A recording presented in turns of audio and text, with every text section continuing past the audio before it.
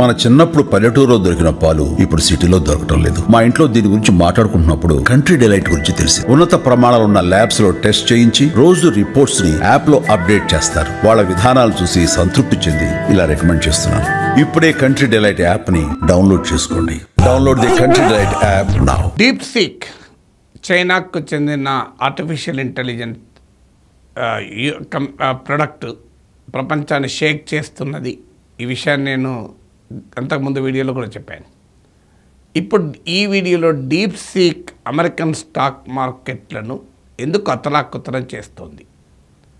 Deep seek announce అయిన వెంటనే Monday రోజు అమెరికన్ స్టాక్ మార్కెట్ భారీగా దెబ్బతిన్నది. మీకు అమెరికన్ స్టాక్ మార్కెట్ ఇండిసెస్లో నాస్డాక్ 3% పడిపోయింది. అలాగే S&P 500 1.5% పడిపోయింది. ఈ ఆర్టిఫిషియల్ ఇంటెలిజెన్స్ కీలకమైన అడ్వాన్స్ చిప్ తయారు చేసే ఎన్విడియా షేర్లు అయితే ఏకంగా మీకు భారీగా పడిపోయి 17% పడిపోయింది. ఫస్ట్ ఒక్క సింగిల్ డే సెషన్లో ఇంత భారీగా పడిపోయింది. ఇప్పుడే $593 మిలియన్ మార్కెట్ క్యాపిటలైజేషన్ లూజ్ అయింది. నాస్డాక్ కూడా ఇంత భారీగా సింగిల్ డేలో పడిపోవడం అనేది ఈ 1 మంత్లో ఇదే మొదటిసారి.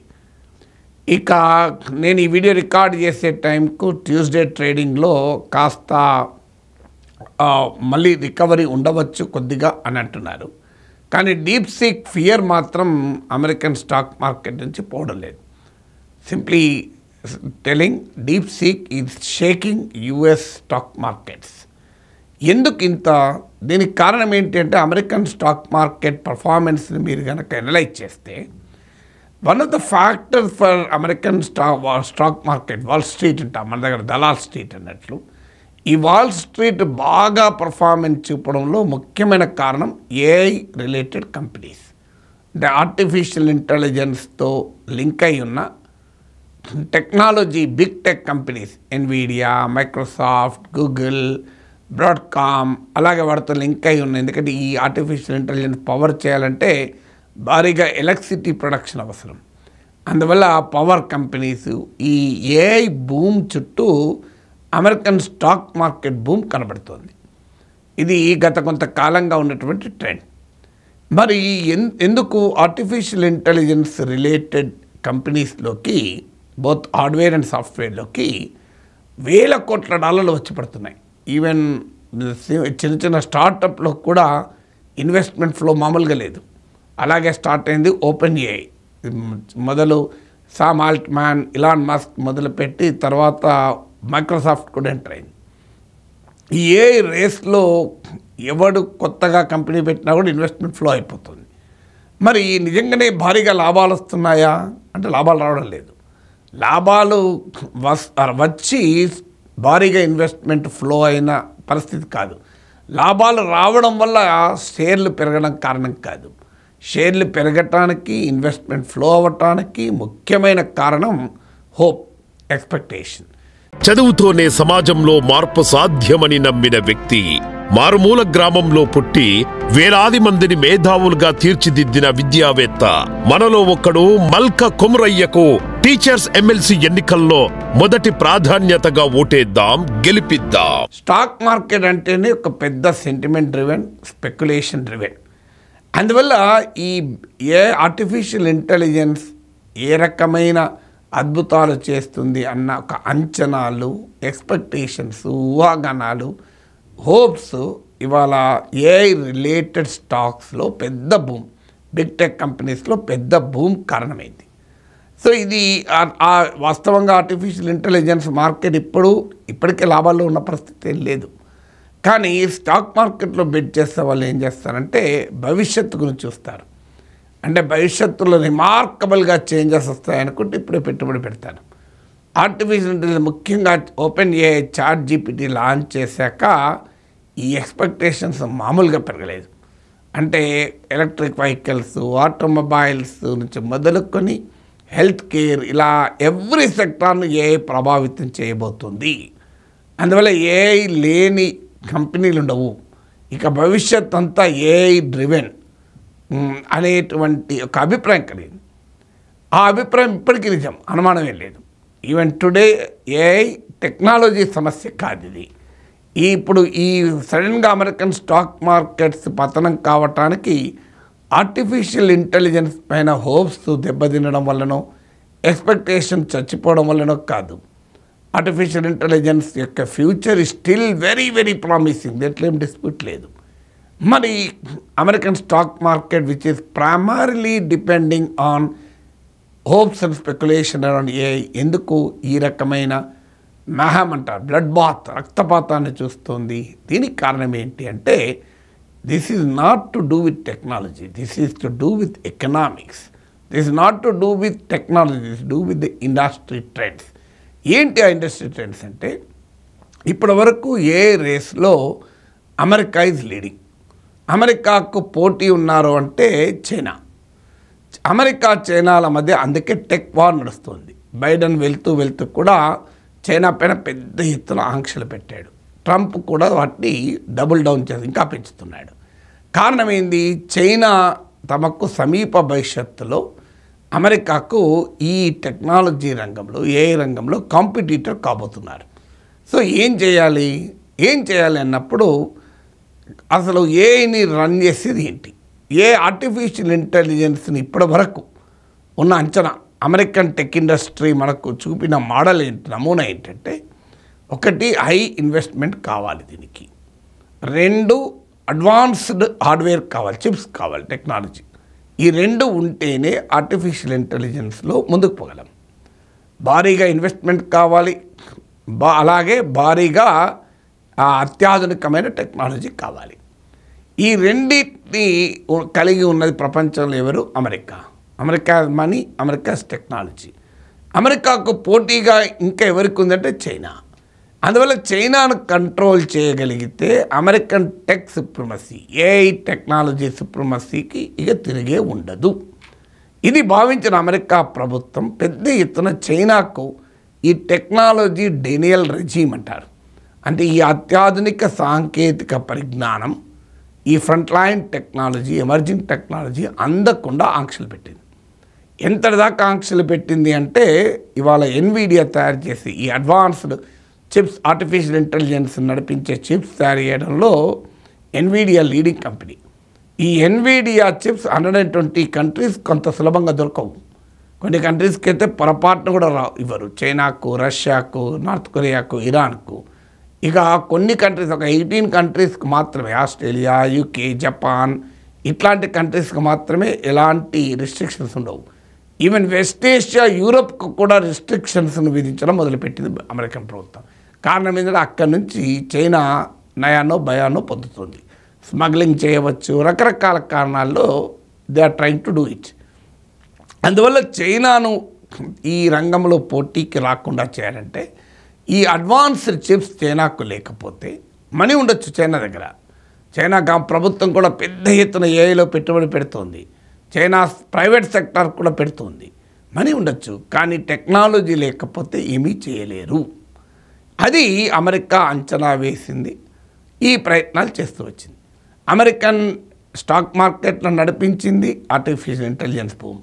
ఆర్టిఫిషియల్ ఇంటెలిజెన్స్ నడిపించింది big tech companies, Meta, Llama, Google, Gemini, Microsoft, OpenAI, ChatGPT, ఇలా ఎన్విడియా, బ్రాడ్కామ్, ఇలా రకరకాల ఐటీ ఏ రిలేటెడ్ కంపెనీస్ అన్నీ స్టాక్ మార్కెట్ను ఉరుకులు పరుగులు తీయించింది.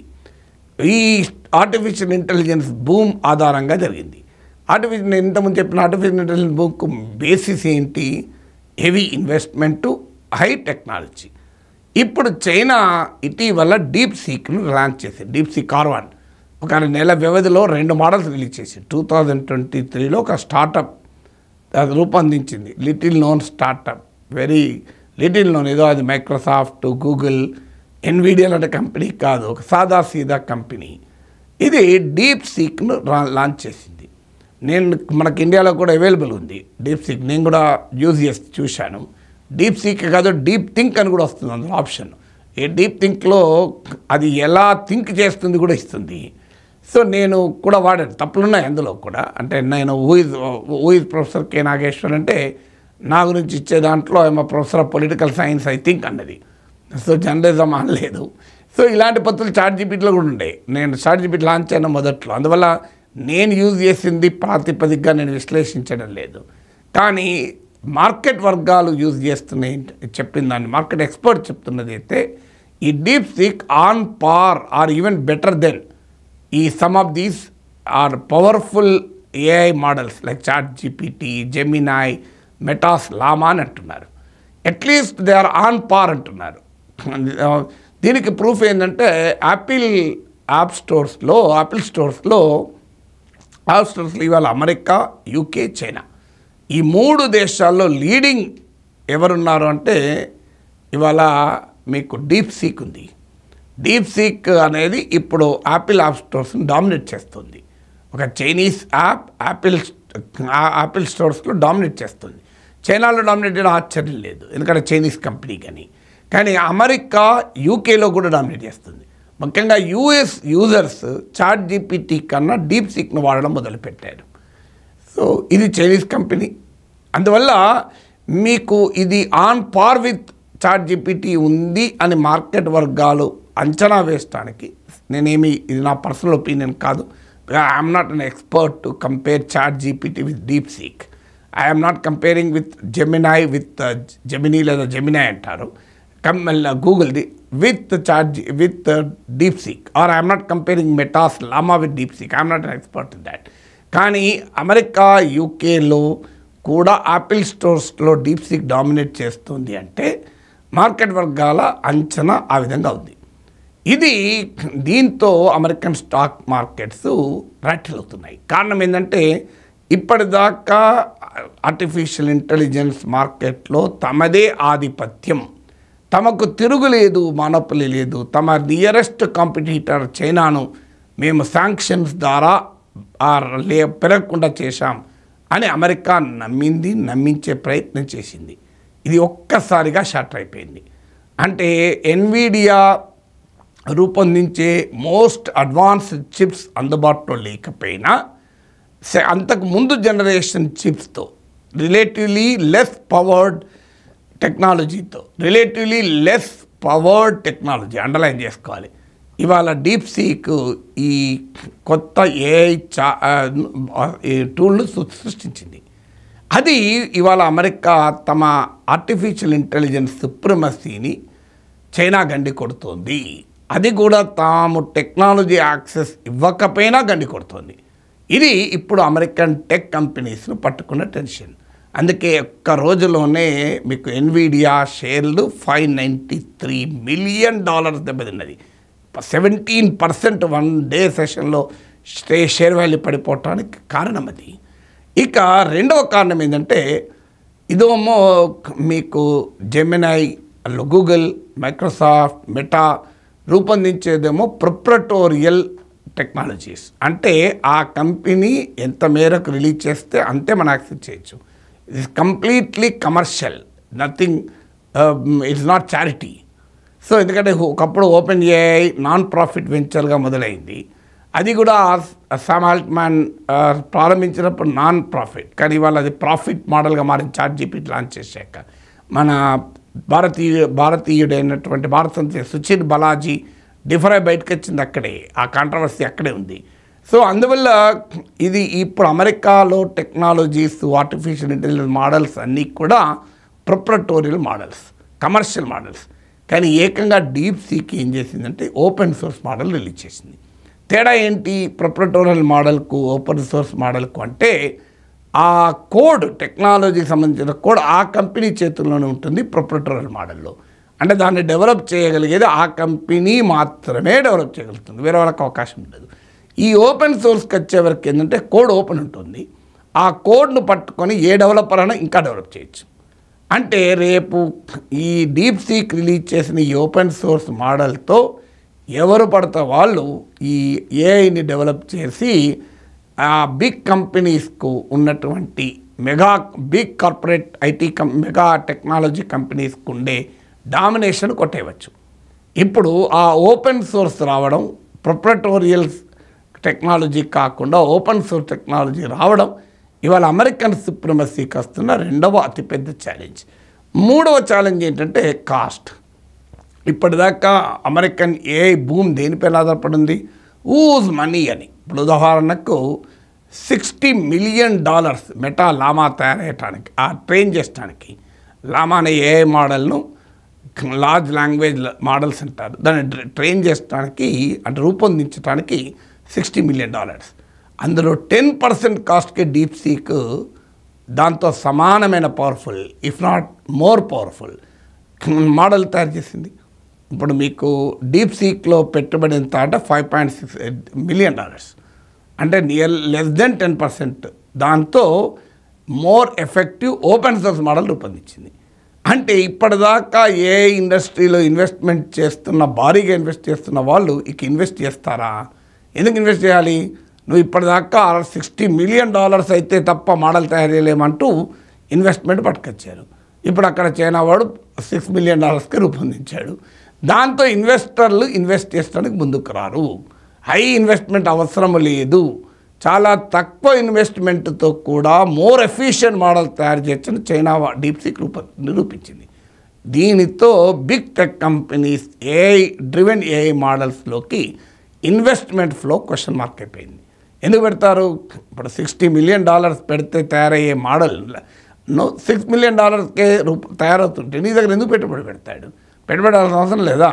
అవసరం లేదు కదా. నువ్వు ఉదాహరణకు నాకు ఇల్లు కట్టియాలన్నావు, వాడు ఇల్లు కట్టడానికి 5 కోట్లు అవుతుంది, ఇంకోటి వచ్చి ₹1 కోటి కడతా అన్నాడు అనుకోండి. ఈ 5 కోట్లతో ఇల్లు కట్టే కంపెనీలు ఇవ్వడం పెట్టుబడి పెడతాడా? ఎందుకంటే నీ దగ్గర వాడు ఆటోమేటిక్గా దెబ్బతింటాడు. ఇప్పుడు అదే జరగబోతుంది అనేది అమెరికన్ టెక్ కంపెనీస్ భయం. ఇప్పటిదాకా ఏఐలో ఎక్స్పెక్టేషన్స్ని బిల్డ్ చేసి భారీగా ఇన్వెస్ట్మెంట్ తెచ్చుకోగలిగిన big tech companies AI ecosystem మొత్తం ఇవాళ డీప్ సీక్తో క్వశ్చన్ మార్క్గా మారిపోయింది. సో ఇక 4వది ఏంటంటే అమెరికన్ సుప్రమసీ ప్లేస్లో చైనీస్ మానోపలి వస్తుందా అని. ఎందుకంటే ఇది కేవలం టెక్నాలజీ కాదు, ఇన్ఫర్మేషన్ సూపర్ హైవేలు ఇవన్నీ ఇన్ఫర్మేషన్ ఆధిపత్యం. ఇప్పటికీ మీకు అంతర్జాతీయంగా ఇంటర్నేషనల్ న్యూస్ కావాలంటే నీకు ఏముంటే Associated Press, Reuters, AFP agency, France Presse, వీటిపైన ఆధారపడతాం. ఇవన్నీ మీరు గమనించండి. Western news agencies, Associated Press అమెరికాది, రాయిటర్స్ బ్రిటిష్ది, ఏజెన్సీ ఫ్రాన్సీ ప్రెస్ ఫ్రాన్స్ది. వీళ్ళు ఏ వార్తన మీరు చూడండి, కశ్మీర్ పైన వార్త చూడండి, ఇది ఇండియాకు అనుకూలంగా ఉండదు, వెస్ట్కి అనుకూలంగా ఉంటుంది. అంటే ఆ ఏజెన్సీస్, న్యూస్ ఏజెన్సీస్ ఆ దేశాలే కనుక ఆ దేశాల ఫారిన్ పాలసీ పొజిషన్ను అవి సపోర్ట్ చేస్తాయి, ప్రమోట్ చేస్తాయి. ఇవాళ ఈ ఇన్ఫర్మేషన్ సూపర్ హైవే పైన ఆర్టిఫిషియల్ ఇంటెలిజెన్స్ ద్వారా ఎవరికి మానోపలి అంటే వాడు నామినేట్ చేస్తాడు. ఇప్పుడు ఉదాహరణకు ఇదే నేను టెస్ట్ చేయలేక కానీ మీడియాలో వచ్చి చెప్తున్నాను. డీప్ సీక్ పైన టెస్ట్ చేశారు. Who is Jinping, is there human rights violation in China, how good is the China's government అని క్వశ్చన్లు అడిగితే this is out of my scope అని డీప్ సీక్ ఆన్సర్ ఇచ్చిందట. అంటే క్లియర్గా చైనా పట్ల ఏ రకమైన నెగటివ్ ఒపీనియను రాకుండా ఫిల్టర్ పెట్టేశారు. ఇది ఒక చైనానే పెట్టిందా? అమెరికా కూడా పెడుతుంది. మీరు చాట్ జీపీటీలో చూడండి, ఎన్ని అమెరికన్ కంపెనీలు డ్రైవ్ చేసే మోడల్లో చూడండి, ఖచ్చితంగా అమెరికాకి అగెన్స్ట్గా ఉండవు. అందులో కూడా ఆ మోడల్స్, ఆ ఫిల్టర్స్ పెడతారు. అందులో ఇలా అమెరికాకు భయం ఏంటంటే మా సుప్రమసీ, మా ఫిల్టర్స్, మా సెన్సార్షిప్ పోయి చైనా వాడి ఫిల్టర్స్, చైనా వాడి సుప్రమసీ వస్తుంది. అంటే ఇది కేవలం టెక్నాలజీ పైన ఆధిపత్యమే కాదు, ప్రపంచం పైన ఆధిపత్యంగా మారిపోతుంది. అందువల్ల ఇప్పుడు ఇవాళ ఆందోళన. తర్వాత 5వది ప్రైవసీ కన్సర్న్. ఒక్కసారి ఇప్పుడు టిక్ టాక్ పైన ఏంటి ఇంత గోళ? టిక్ టాక్ అమెరికాలో అడ్డగోలుగా వాడేస్తున్నారు, మామూలుగా వాడడం లేదు. దాంతో ఏమవుతుంది? TikTok Chinese company ByteDance, టిక్ టాక్కు కస్టమర్ల డేటా మొత్తం చైనా వాడి చేతిలోకి వెళ్తుంది, ప్రైవసీ. ఇప్పుడు ఏం జరుగుతుంది? ఆటోమేటిక్గా ఇప్పుడు ఇది Chinese company deep seek. So ఆటోమేటిక్గా డీప్ సీక్ వాడాలి అంటే ఆ యాప్ డౌన్లోడ్ చేసుకోవాలి, కావాల్సిన సమాచారం ఇవ్వాల్సిందే నువ్వు. మళ్ళీ ఇదే ప్రైవసీ కన్సర్న్స్ మొదలవుతాయి. పోనీ అమెరికాలో ఆపగలుగుతావు, ప్రపంచం అంతా ఆపగలవా? సో అమెరికాకు కాంపిటేటివ్ మార్కెట్ లేకుండా పోతుంది. అమెరికన్ కస్టమర్లు అయినా నువ్వు ఆపగలవు, ప్రపంచ కస్టమర్లు ఆపలేవు కదా. అందువల్ల ఇవాళ డీప్ సీక్ అనేది అమెరికన్ స్టాక్ మార్కెట్స్ను, అమెరికన్ ఏ ఈకోసిస్టమ్ను, అమెరికన్ బిగ్ టెక్ ఇండస్ట్రీస్కి ఒక్కసారిగా వణుకు పుట్టించింది. How far it will be in future I don't know. నిజంగానే ఈ డీప్ సీక్ పట్ల ఉన్న ఈ ఫియర్స్ కాస్త ఫార్ రీచింగ్ ఫియర్సా, టూ ఎర్లీ ఫియర్సా, కొద్దిగా తొందరపాటుతో వస్తున్న ప్యానిక్తో వస్తున్నదా, లేదా or they sustainable fears, we don't know. దానికి మళ్ళీ కొన్ని రోజులు పడుతుంది. ఇప్పటికైతే డీప్ సీక్ అమెరికన్ స్టాక్ మార్కెట్ను అతలాకుతలం చేసింది. అమెరికన్ టెక్నాలజీ ప్రపంచాన్ని ఒక్కసారిగా మనకు పుట్టించింది. ఇది మరి నిజంగానే ట్రెండా లేదా ఇట్స్ ఎన్ ఇనీషియల్ ఫియరా? Will have to wait for some more days.